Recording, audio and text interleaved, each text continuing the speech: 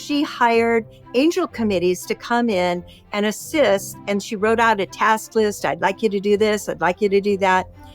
Well, exhausted, she fell asleep. The next morning, she opened her eyes and she said, there was so much commotion. There were so many. They filled the room.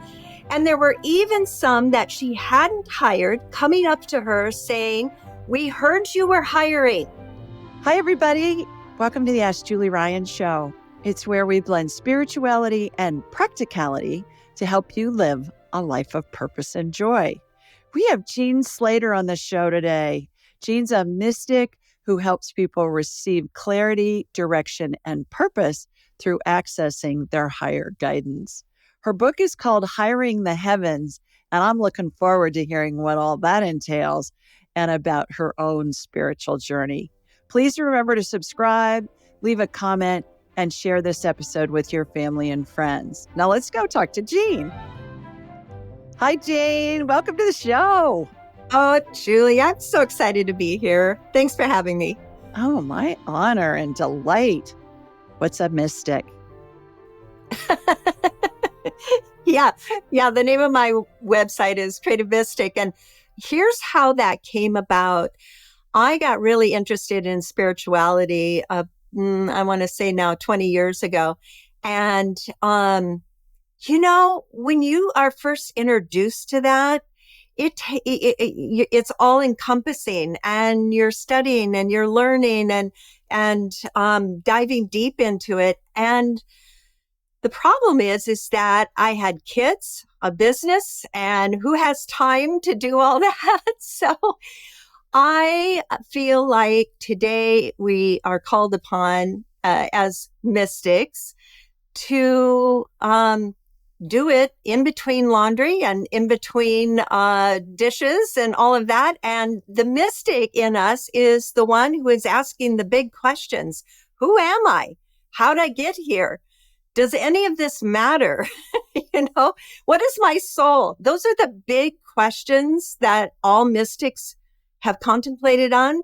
And that's why I call myself a mystic, but I had to get very creative to answer those questions. And that's why my website is called Creative Mystic. Is everybody born a mystic? I think that everyone at some point wonders those big questions. Who am I?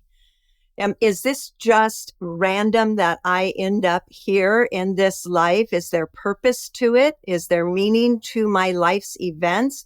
Or is it just a random series of sequences and has no meaning whatsoever? So I think everybody kind of wonders that at one point or another. So yeah, I would say we're all mystics. I agree. I think we all have telepathic and intuitive capabilities as well, and we just kind of dampen them down. We don't utilize them because normally as children we're told, oh, that's just your imagination. That's not really real. And then a lot of us are led when we're a little bit older and in the middle of laundry and kids and cooking dinner and carpooling and all that jazz going, yeah, but I get these signs. So what's that all about?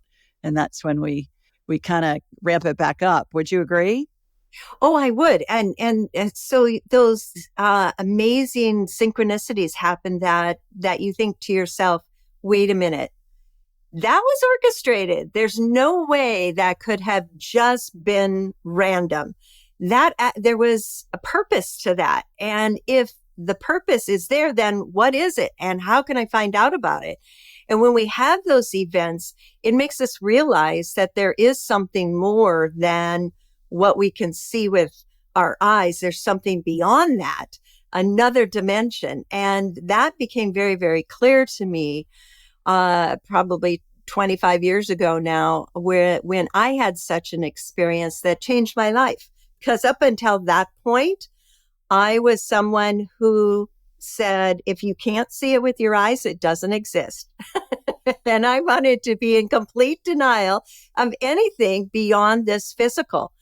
So I do believe that when we have those experiences, they are there to tell us, pay attention, wake up. There is something more.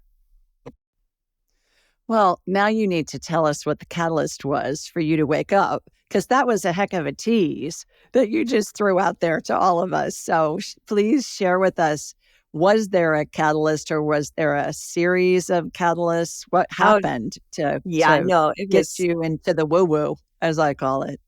oh, and I went heavy into woo woo. So I'm going to start with how I was raised because it goes all the way back to the beginning. For the first almost 20 years of my life, I was raised in what I would call a cult. And the reason I would call it a cult is because they had such strong mind control that if we were told to drink the Kool-Aid, we would have done that, you know? And the worst thing that you can do in a cult is question dogma, right? You're not supposed to do that. Don't think on your own. Just accept what is being spoon fed to you and never question. But unfortunately, or fortunately, very fortunately for me, I did question when I was about 20 years old. And I started to actually research some of the church's doctrines and found out that they didn't make any sense at all. It seemed like baloney. And so I left that church. And when I did, it was like my whole world turned upside down because everything I had believed in with my heart and soul was false. And I felt like I didn't have a leg to stand on. And so what I did is throw the baby out with the bathwater. I said goodbye to religion, spirituality, any word like God, angels, all of it. I said, if it doesn't exist, and if I can't see it with my eyes, it doesn't exist. It has to be real to me. Otherwise, I'm not going to believe in any of it.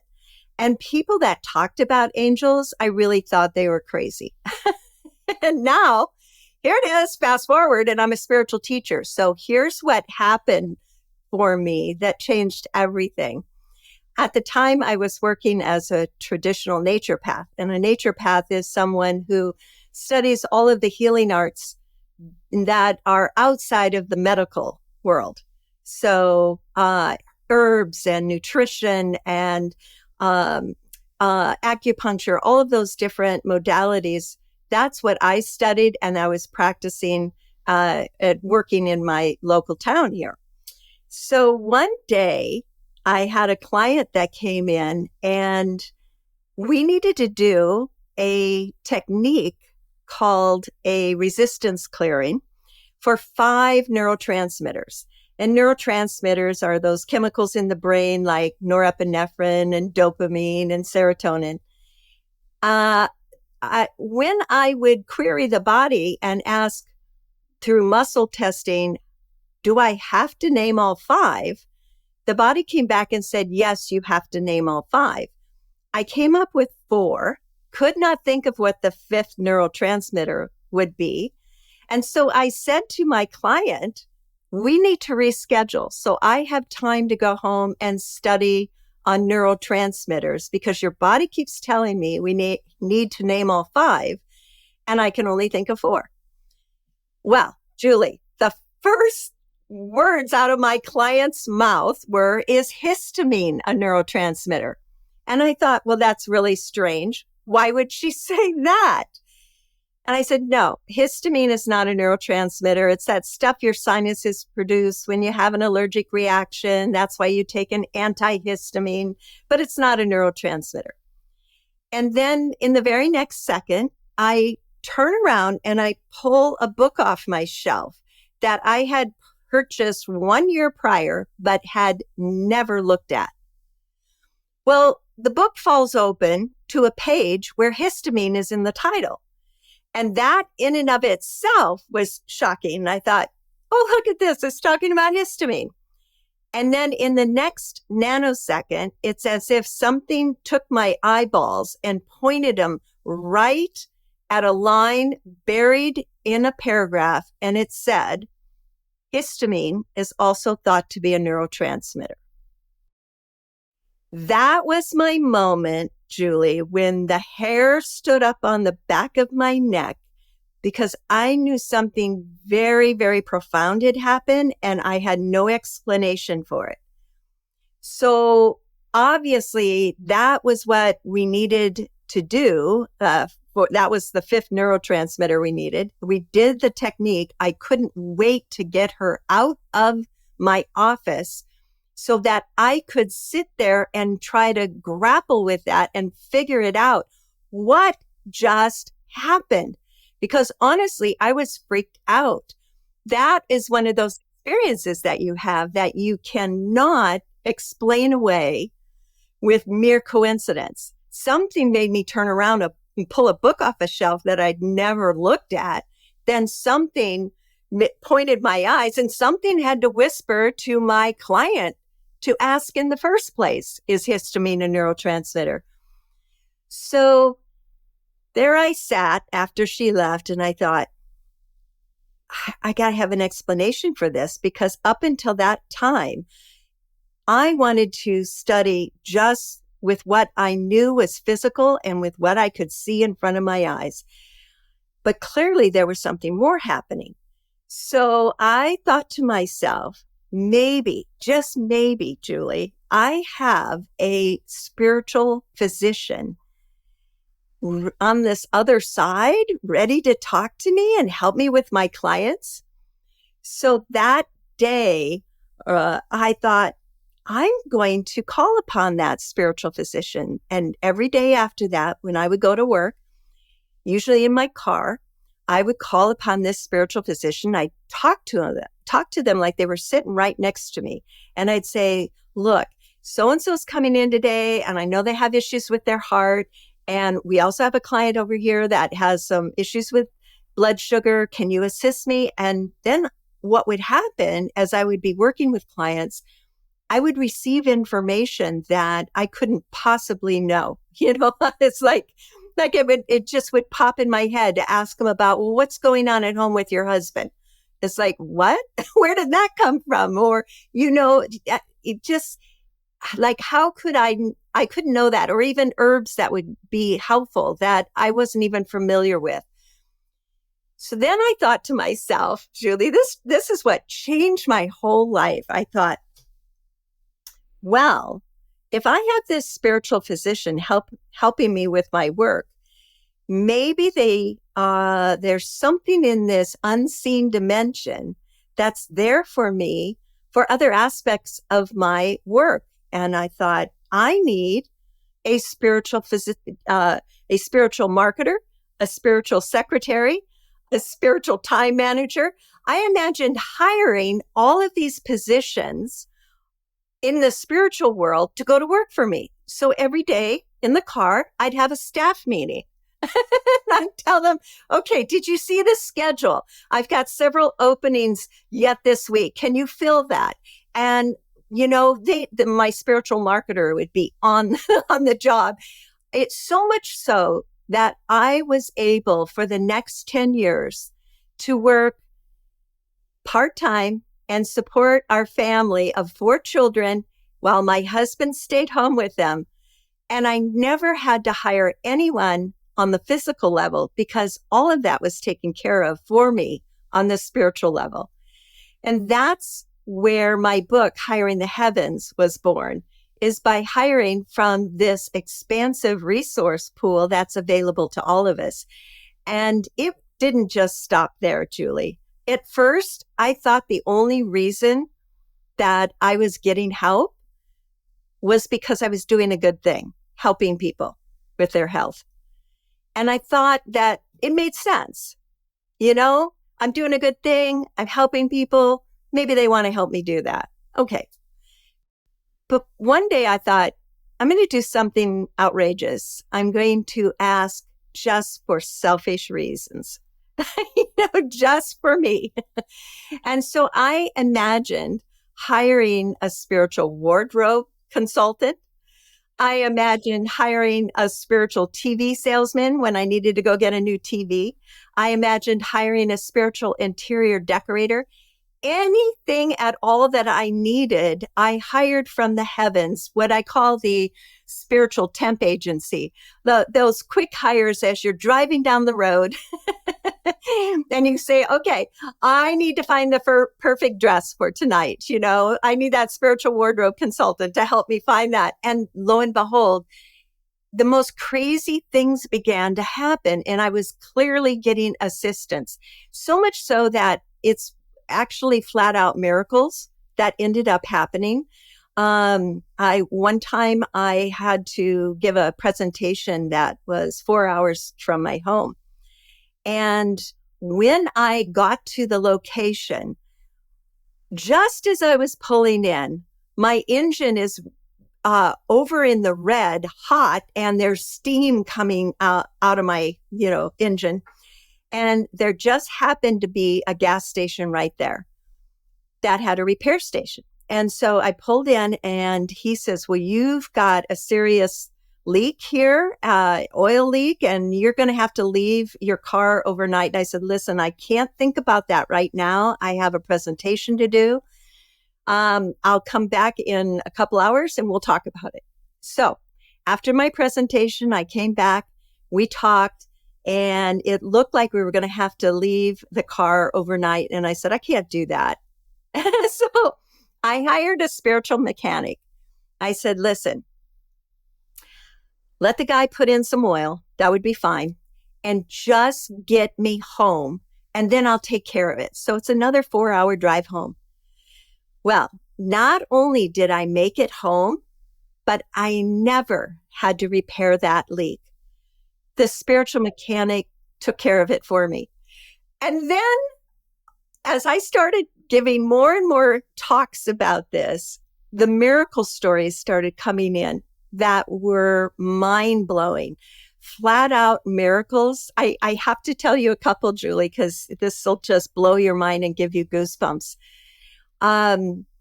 My favorite is from a girlfriend that I had told all about this story. And we had lunch one day and she said, I have got to tell you what happened. And here she had been pruning in a huge yard. And when she came in and she's taking a drink of water, her daughter noticed that an irregular shaped pearl in her ring was missing. And her heart sank and she knew immediately there's no way that she was going to find that irregular shaped pearl in this huge yard. So she remembered about hiring the heavens and how they can assist you with everything that's going on in your life. So she imagined hiring a spiritual jewelry sleuth. And she said, can you find my pearl and bring it to me? Not long afterwards, she's sitting on the bed talking with her kids, and the dog jumped up on the bed. And her son said, Mom, Callie's playing with something in her mouth. And she said, drop it, Callie. And the dog dropped the pearl right in front of her hand. Wow. Wow. Okay. Yeah. You can't make that stuff up. You can't make that stuff up. Yeah. So then after I told that story many times in presentations, it seems like the spiritual phone number for the spiritual jewelry sleuth got out, and I started receiving story after story of jewelry just reappearing. It's astounding, really. One such story came from a lady who had attended a talk of mine, and on the way home, she hired the spiritual jewelry sleuth to find her ring. She was a widow, and her wedding ring had been missing for 10 years. Now, I want you to really picture this because I want you to understand how this is just flat out a miracle. Her wedding ring had been missing for 10 years. She asked the spiritual jewelry sleuth, can you find my ring and bring it to me? When she got home, she sat down on the couch, put her feet up on the coffee table. On the coffee table is a live plant that she had purchased a couple of years ago. She noticed that there was a dead leaf there. She reaches over to pull off the dead leaf and sees something shiny in the soil and reaches in and pulls out her wedding ring. That's not possible. That is a miracle. And that's the thing that ends up happening when you hire from the heavens, is that you find that the spiritual dimension that is not restricted by time and physical location like we are, then miracles can actually happen for you. And they can arrange this for you. In fact, I think they get a kick out of it. They enjoy it when they can assist us in our everyday life, even if it's just for you. And that was the thing that eventually set me on a spiritual journey, because over time, as I'm playing with this and having a ball and just being flat out in awe and amazement, eventually you have to ask yourself this very important question that was like in the back of my mind. Is like, the question was, what makes me so important that the spiritual world would pay any attention to me? Like, why would the spiritual world help me find a good TV? Or why would the spiritual world help me with my interior decorating? Why? Why would they be interested? Just what would make me important to them? And that question, that question was in the back of my mind and had to be answered. And that set me on my spiritual journey. Okay, that's a lot to unpack. I Yeah, got it about is. 5 questions out of all of that. First of all, let's go back. What was an example of a belief that you were taught as a child in the cult that at 20 or 21 you realized wasn't authentic or wasn't valid? And has your opinion of what you were taught changed, or does it remain the same as when you left the cult? You know, we had a correspondence course that we were to take. And by the way, I also went to the church college. So total indoctrination. It was heavy. But there was dogma on everything, not just with what the Bible taught, but on husband and wife and raising children. And, there's a whole belief system that goes with that. And what happened is that I took out that correspondence course, and as I'm studying it, and it's saying that you could go to this verse in the Bible and it would verify what the dogma is, I actually went to the verse, and instead of just writing it and not paying attention to the words at all, I actually looked at it and thought, wait a minute, that doesn't make any sense. And that doesn't say that. So there were a lot of things that the church put out, and I think they did it in hoping no one would ever question. And so I feel that there are aspects of the church that when you're raised in something, that it takes a long, long time to examine your beliefs. Like, for an example, the idea of heaven and hell. I read a book, Say Goodbye to God, by Templeton, who was the opening act to Billy Graham. And I'm sure that many of your listeners know who Billy Graham is. And he wrote a book called Say Goodbye to God. And in there, okay, we're going kind of deep, but it was a great question. So I hope this is all right. But in that book, he talked about how, why he left the church. And one of the things that he talked about was the idea of hell. And as I read his understanding of hell and what he had been taught and what he had preached for so long, as I read that and as he explained how he then came to understand that that wasn't true, I actually felt deep shame that I had ever bought into it in the first place myself, you know? Like there's a lot of things that we're told, and if we never bother questioning them and we just go along in life, just buying into it.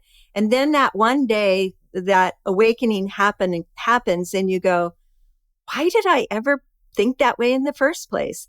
And for me, there was shame behind it because it was, especially the way he explained it in his book is something so horrific and ridiculous. So that would be an example of an old belief that I had to let go of. And there were many along the way. And I think anybody that comes out of a strict religious background, especially as a child, and you're indoctrinated at a young age, those beliefs, they show their face as you go through life and you go, oh my gosh, that's a remnant from my past. And I need to question that. So, yeah, it's been quite a process. And I think we believe it because people that we love and people that take care of us are believing it. And so if our parents and our grandparents believe it, well, of course it's got to be true because they wouldn't lie to us. Why would they tell us that? But they've been deceived as well in some instances. And it's just a way to control the masses. And what's the best way to control the masses? With fear. We saw that in the pandemic. And my goodness, people did just crazy stuff because they were afraid. And I love when things come out now, like how I was in Trader Joe's yesterday, and they still have those little remnants of those circles where you had to stand 6 feet apart from somebody. Well, Fauci's come out in Congress and somebody asked him, well, where'd that 6 feet thing come from? And he said, we made it up. We thought it sounded good. And the congressman said there wasn't ever any, validation or testing, or you weren't going to some paper that had been published. He said, no, we just thought it made sense. Like my favorite with that was you walk into the restaurant with your mask on. Yeah. And then they put you at a table that's 3 feet from the front door, and you're allowed to take your mask off when you're sitting at the table, but you're not allowed to walk in the restaurant without your mask. Really? It was just nuts. That's a perfect example of kind of what cults are like. Because in a cult, you cannot question. And what we went through during that period of time is you could not question it. And things that didn't make sense, like, why is it okay for me to take my mask off now, to take a bite? Why is that okay? That makes no sense, but don't question it. Yeah, on airplanes. I flew a lot during the pandemic. It was great. The planes were empty. The airports were empty. I was flying first class for $100 upgrade. It was wonderful, but you had to keep your mask on unless you were eating. It's all recycled air on the plane. Really, people? It was fascinating looking at it from that perspective. We had a gal on the show last year named Perdita Finn, who is she's a woman who actually was a professor at Columbia. She was a writing professor at Columbia for many years and has written several books. And she's an expert on Madonna and the Rosary and all of that. And she and her husband, Clark Strand, have started this global organization to say the Rosary, and people who are agnostic or atheists or from all religions and, even non-Christian, and they say the Rosary together. They've got 40 or 50,000 people on their website that pray the Rosary together. And every morning before she gets out of bed, Jean, she has her checklist. She says her morning prayers, and then she has her checklist, and she'll say, okay, Mom, I need you to do this. Dad, I need you to do that. These are all her deceased loved ones in heaven. Saint whomever, I need you to do this. The patron saint of tonsils, Saint Anthony, right? Saint Blaise, I think, was the patron saint of tonsils. We used to get our throats blessed every year to keep our throats healthy. my mother and my grandmothers all said the prayer to St. Anthony when they lost something. Tony, Tony, look around, something's lost and must be found. And inevitably, whatever had been lost would have shown up. And so I was exposed to that as a child. And when you were talking about the jewelry sleuth, I thought it's probably St. Anthony or one of his disciples that's finding that jewelry. And interestingly enough, I was a guest at a conference, and I used that prayer. And afterwards, all these people mentioned, well, here's the French version. Same principle, but different wording a little bit. And obviously it was in French. And here's the Spanish version, and here's the Portuguese version. So I believe this concept of hiring the heavens has been around forever. Have you looked into the Druids and the Celts and the indigenous cultures? Do they have something that's similar? Certainly the Asians, they call on their ancestors, and other cultures have different practices. Have you looked into that at all? I haven't, but I also know that Hindus they have a deity for just about everything. A good point. Yeah, they do. Yeah, they do. Interesting. Okay. And I think when you were talking about hiring the heavens in your book, I love that name. And you were just saying, hey, I need a heavenly marketing person or whatever. I am under the impression that most of us will go to deceased loved ones and relatives. And then when you were talking about that, I thought, well, what are the saints? We didn't know the saints, but we're taught to pray to the saints. Certainly we Catholic people are taught to pray to the saints. So they've been doing that too. So what you're doing is perhaps just a newer version of ancient practices, is what I'm gleaning from our conversation so far. No doubt. A lady who was clairvoyant called me to tell me her experience after reading the book. Now, I'm not clairvoyant, so I just take people's words for it when they can see angels. She said she's always been able to see angels since she was a little girl, but she had only called upon the big guys, Archangel Michael and Archangel Gabriel, to do different things. She never thought of bringing in help from the heavenly realm for everything in her life. So after reading my book, that day she sat down and wrote out worksheet after worksheet and hiring entire committees. She had a committee for her marriage, a committee for raising her kids. She had a committee for her work. She had a spiritual committee for, keeping the house. Every different aspect of her life, she hired angel committees to come in and assist. And she wrote out a task list. I'd like you to do this. I'd like you to do that. Well, exhausted, she fell asleep. The next morning when she woke up, she said, Jean, I could not believe my eyes. Now, remember, she's clairvoyant, so she can see them. She opened her eyes and she said, there was so much commotion. There were so many. They filled the room. And there were even some that she hadn't hired coming up to her saying, we heard you were hiring. Have you got a job for me? And here's what I'm good at. So that was hysterical. I thought that was just so funny.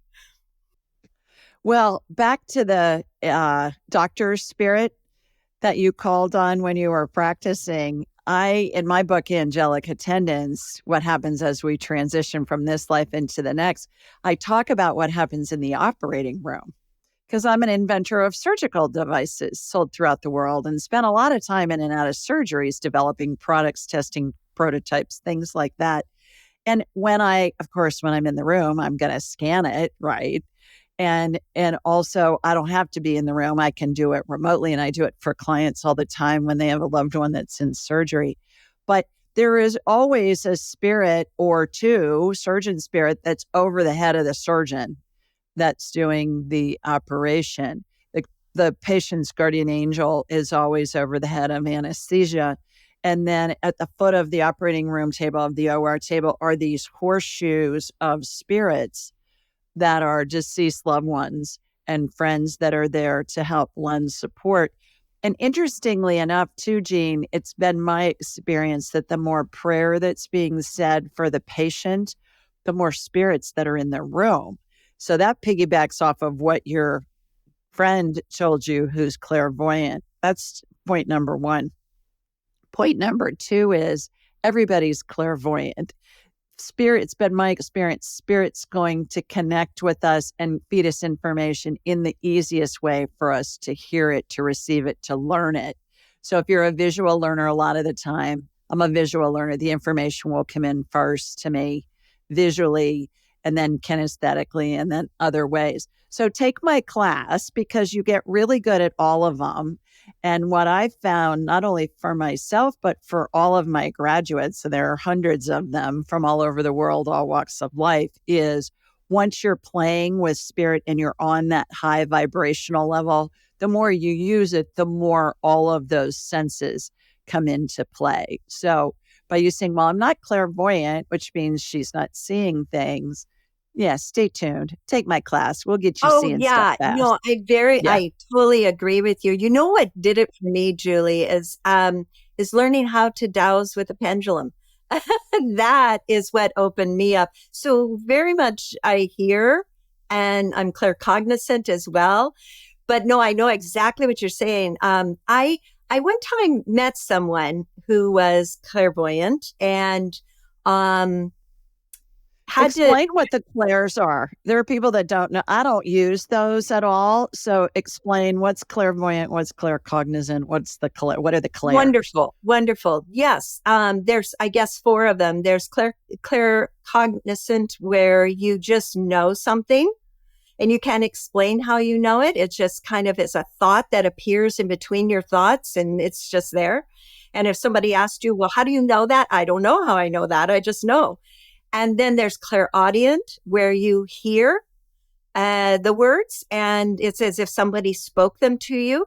There's clairsentient, where you feel someone says something to you, or you think something and you just get the tingles and like somebody just put a feather on you. And then clairvoyant. So that's where you can see energy. And I always thought that would be so cool to be clairvoyant because, be able to actually see different things. That would just be so amazing. And then one day I met somebody who said to me,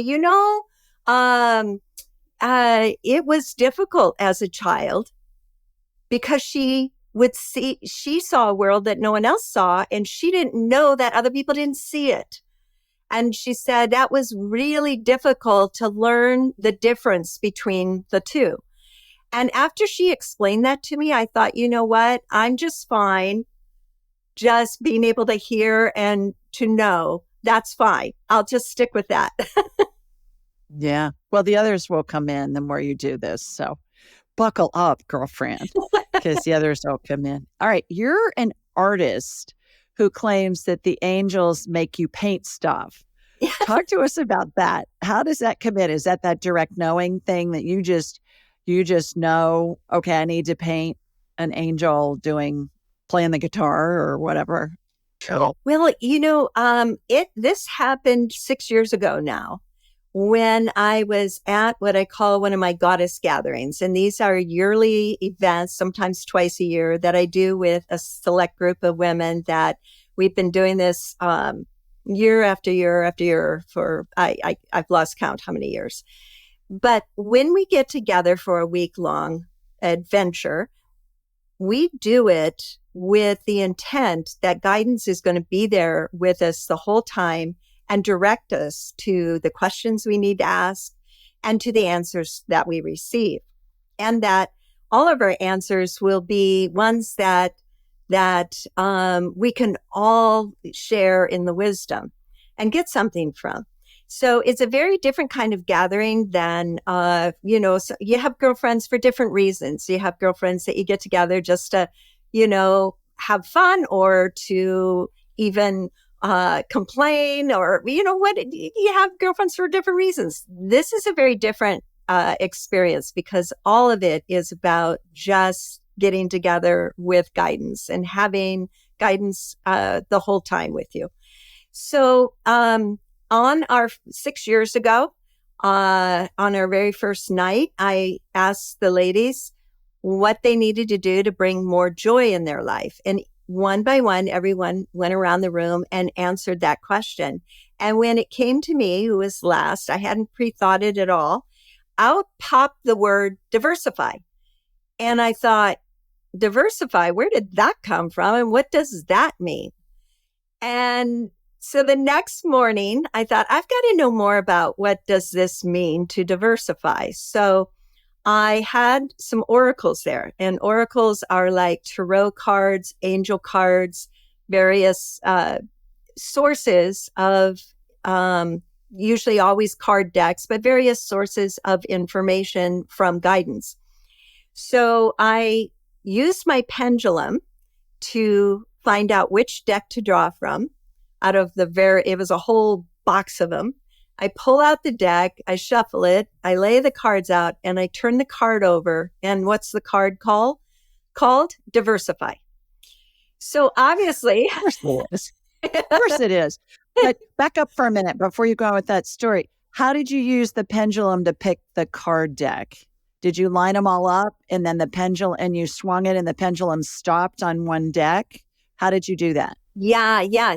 So I always have a pendulum with me. I have them in every single room. So I basically, it's like, is it in this section, that section? And you just narrow it down to which, okay, it's in this pile.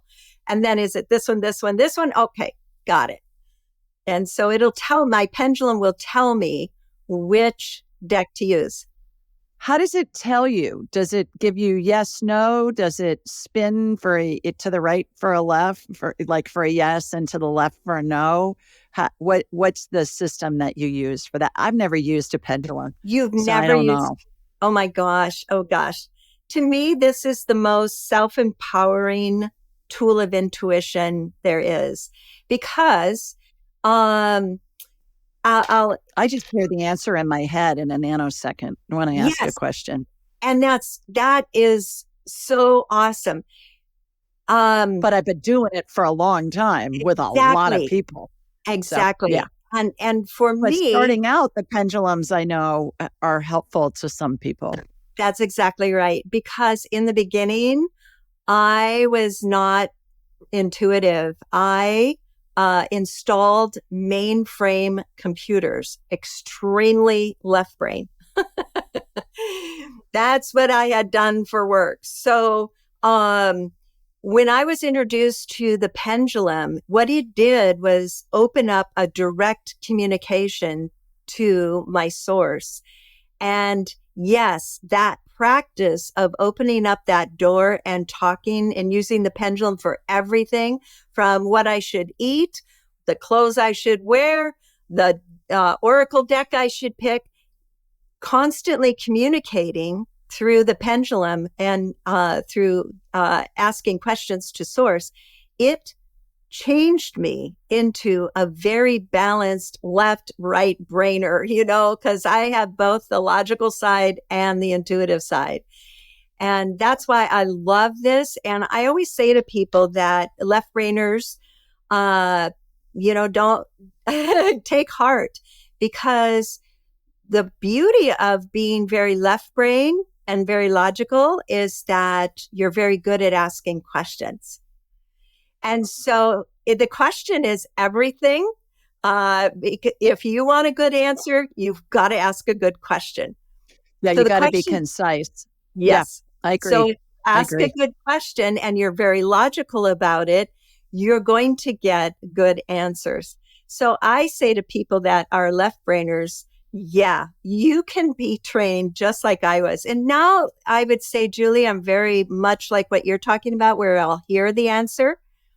But in the beginning, it wasn't that way. And it took a lot of years of training.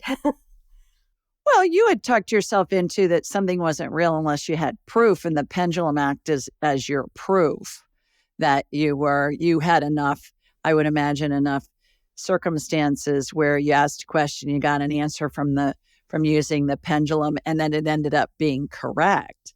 So that was your proof for your linear thinking mind with that. Back to the hiring the heavens for a moment. When you hire somebody, is it always an angel from No, heaven, or is no. it a spirit, or it could be a spirit guide? It can be a deceased loved one. Do you hear, okay, this is Harvey, and Harvey's the marketing expert from heaven, and this is Madeline, and she's the one that's going to keep your calendar for you? And do you have names that come in I with don't, these people but you hire? I no, but just think about it as above, so below, and vice versa. Just like we have people that are very talented in marketing and interior decorating here on earth, you can bet it, I think, has to exist first in the spiritual world. All those talents and abilities exist there. So I never get hung up on names and who this person is. And, I just ask for that ability and it comes in. And sometimes the most extraordinary things that I would never think of on my own. I have to tell you this story, which was a friend of mine. This was back after the 2008 financial crisis. And her home was in foreclosure. And they had tried to get a loan modification for more than a year and just wasn't budging. They weren't having any success. And she so wanted to keep her home. She was desperate. And she called me up and she said, Jean, I want you to hire the heavens for me. And I said, but you can do this. This is so simple. You do this. She says, I know, but I'm at my wit's end. I want you to do it. And I said, okay, let me come down to your office. So I went to her office and I said, here's what we're going to do. We're going to do a little meditation. And in your meditation, I want you to imagine a boardroom. And I want you to populate the chairs with all of the spiritual help that you could imagine you need. You're going to need a spiritual real estate agent. You're going to need a spiritual loan officer. You're going to need a spiritual negotiator. Anybody that you think would help you on the physical level. I want you to bring those talents and skills in on the spiritual level. So she did that. She's talking me through it about who all is in the room. And we're about ready to start our meeting, our imaginary meeting. When all of a sudden I saw it in my mind's eye, I said, wait a minute. The door opens to the boardroom. And in walks a gentleman, a portly kind of gentleman with a 3-piece suit and a top hat. And behind him are 2 other gentlemen with 3-piece suits and top hats. And the guy in front comes around to the very head of the table, sits down in the chair, and says quietly, we will make them an offer they can't refuse. And I said to my friend, oh my gosh, the mob is here. You needed clout. So the very next day, she had her home, she had an offer to refinance it at 2.9%, something outrageous. What she needed was clout. Now, I would have never thought to bring in that ability and that talent and that skill, but they came. Oh my gosh. That reminds me of Mother Angelica, who's a nun who's deceased now. And she founded an order of sisters here in Birmingham and started the EWTN radio network and then TV network, which is the largest radio network in the world. And it's huge as far as it's Catholic. Of course, she was a nun, but she would do the same thing. And she would bring in whoever she needed to get what she needed done. It was a riot. She'd bring in mobster spirits and spirits of others that we would think would be a savory lot. And you know what? The They job got got it done. done. They got it done. Yeah, absolutely. Absolutely. Two things on that. First of all, in the 1930s, there was a book written called Think and Grow Rich by Yes. Napoleon Hill. And he was, I forget, with the Rockefellers or some, a billionaire family. And he had an advisory board of spirits like JP Morgan and all these other guys that they brought in. And his whole book is about that. That's where the mastermind group term originated. And now there are mastermind groups in, all kinds of things. When I had my surgical device manufacturing company, I belonged to a mastermind group of CEOs that was global. And we would all had local chapters and we would meet once a month and blah, blah, blah, which was great because we would bounce ideas off of each other. That's number one. Number two, I had a client one time who was the CEO of a company that was worth maybe $100 million or something like that. And he wanted to know if he had any spiritual guidance. So he had some stuff going on with the business. And so we asked for business spirits to come in. Well, who comes in? Henry Ford comes in, his spirit. Who else? It was a banker. It might have been JP Morgan or somebody like that. It was Firestone. It was Sam Walton. And it was Mary Kay Ash, the Mary Kay pink Cadillac woman. And he said, Mary Kay Ash. I said, let me tell you something. Mary Kay Ash built this amazing sales force of housewives and got them to generate hundreds of millions of dollars in revenue. We can all learn from Mary Kay Ash. And she showed up, Jean, with her white bouffant, bleach blonde hairdo and her jewels and all this stuff. It was a riot. So, so I guess we were hiring the heavens, but I just didn't know that that's what it was called. I've done it many times since. Yeah. My main spirit guide's a dead Pope, Pope Clement VI, who was in office during the Black Plague when 2/3 of Europe died. And he's best known for his prayers for the dying and his prayers for the dead. So I find it interesting who shows up, who the spirits are, who the saints are, who the angels are. The other thing that's interesting to me is spirit guides will show up to me like a version of Father Time. And then they morph into looking like how they looked in the life they lived that correlates with what they're advising my clients about. And when you were talking about the guys coming in 3-piece suits and top hats, I was envisioning the banker from Monopoly. Yeah, that. Kind of portly, and he's got his like a morning suit, really, is what those guys wore. But it's interesting that you got that they were mobsters. Oh, yeah. Yeah. Because especially he used the line out of The Godfather. We will make them an offer they can't refuse. Yeah. Funny. Let's move forward and change gears here for a second. You say that you help people find clarity, direction, and purpose. Do you have a formula that you espouse when you're helping people find those different things in their lives? Well, I use the term higher guidance to refer to that anything beyond the intellect. Now, that might be your guides, your angels, your source, God. It's just that something beyond the intellect. And what I do as a practitioner and then also as a teacher is teach people how to connect with their own higher guidance and receive answers from that source, because your higher guidance has had to live with you all these years and knows you better than anybody. It's that part of you that knows every thought you've ever had, every life you've ever lived, and is privy to what you're doing here and what your purpose is in this life, why you incarnated at this time, and who are your soulmates? What's your soul group? Who are they? And what role are they playing in your life?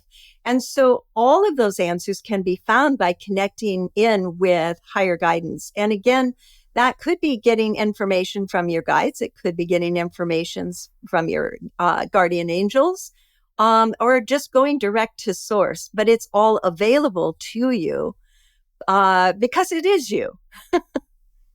Yeah. Yeah. Collective consciousness, the universal consciousness. And higher guidance, to me, I call spirit. It's our spirit. And they have access to everything in the spirit world and helping us live the human experience.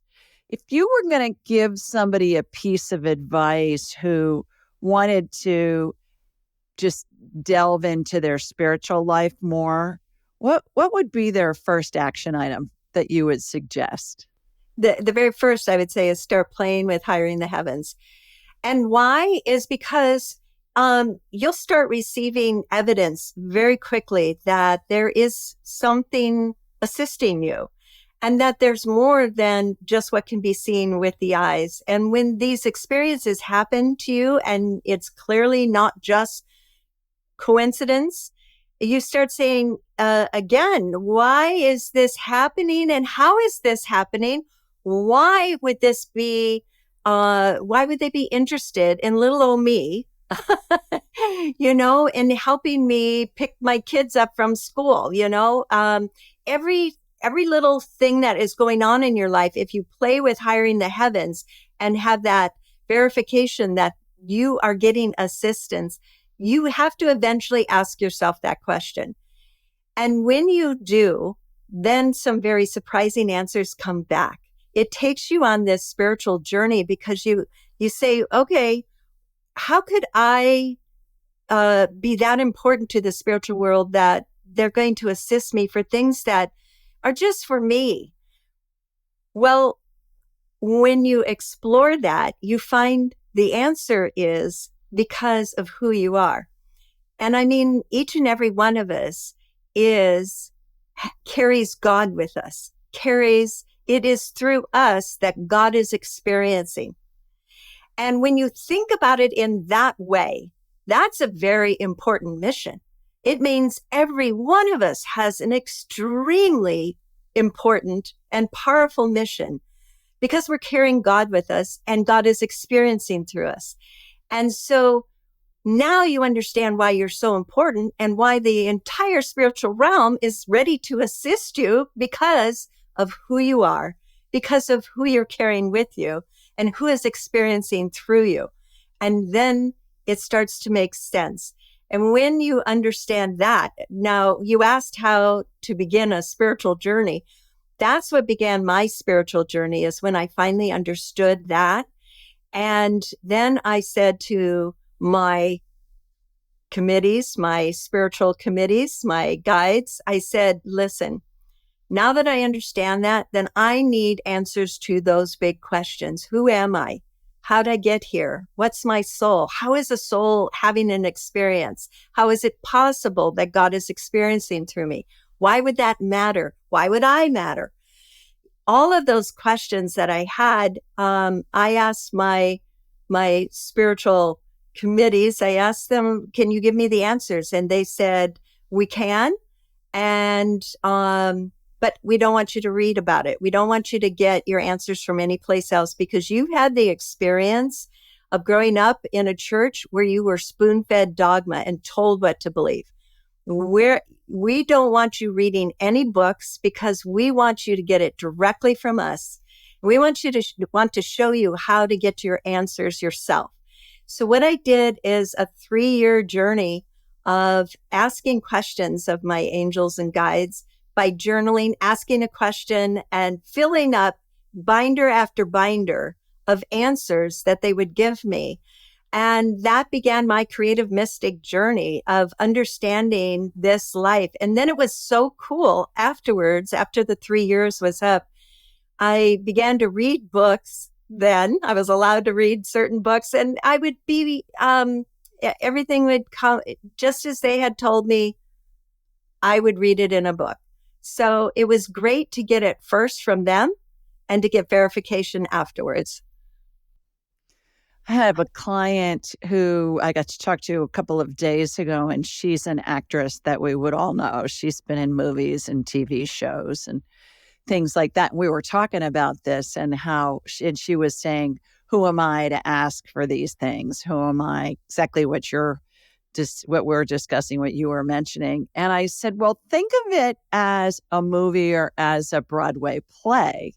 You got the stars, you got the co-stars, you got the people that are in the crowd, right? The chorus, you got the orchestra, you got the stage hands, you got the lighting guys, you got the audio guys, you got the ticket counters. It's all part of the Broadway experience.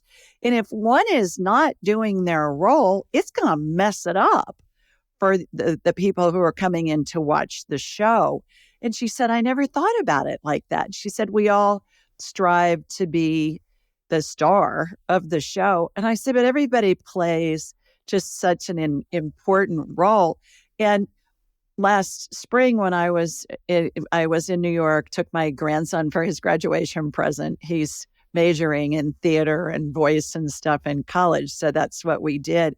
And I said to him on more than one occasion after we left the show, I said, my God, the people in the chorus are so talented.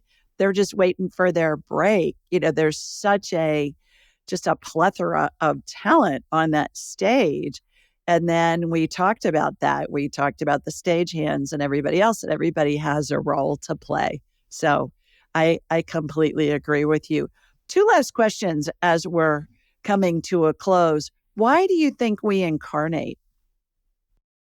I believe that, and this is, again, one of the questions that I asked in my journaling. And the reason is because we are creators, and creators of what? Experience. And what they explained to me is that experience is the only thing that's real. And it's the only thing we take with us when we leave this life. We can't take our bodies. We can't take energy. We can't take anything except the experience and the wisdom that we gain from that. And God evolves in that way because we're evolving all of consciousness. And so we are creators of experience. Why is experience so important? Is because it's one thing to just fantasize or read a book about something. Like, I wonder what it would be like to climb Mount Everest. And you could read all the books in the world about it. It's quite another thing to actually attempt it and to do it. That is experience. And so when we are in the spirit world and we have that I wonder thought, I wonder what it would be like to, and play a certain role, the only way you're going to know is to live it. And that's what experience is all about. So we are creators of experience. We incarnate to create an experience. Fabulous answer. That's the first time I've heard that, and it makes so much sense. So, well said, my girl. What a delight you are. You are just fascinating and just charming and make things very understandable from the spirit world into our human ability to grasp these very complex concepts. How can people learn more about you and your work? They can go to creativemystic.com. They can also go to jeanslatter.com, and Slater is spelled with 2 T's. And I know that that's not Slater, but that's what I have. Yeah. And where can they get Hiring the Heavens? And they can get that on Amazon. And I also have an audio version of it on my website. Okay. Terrific. All right, everybody. That's it for this show, and sending you lots of love from Sweet Home, Alabama. Mwah! And from California, too, where Jean is. We'll see you next time. Thank you, Julie.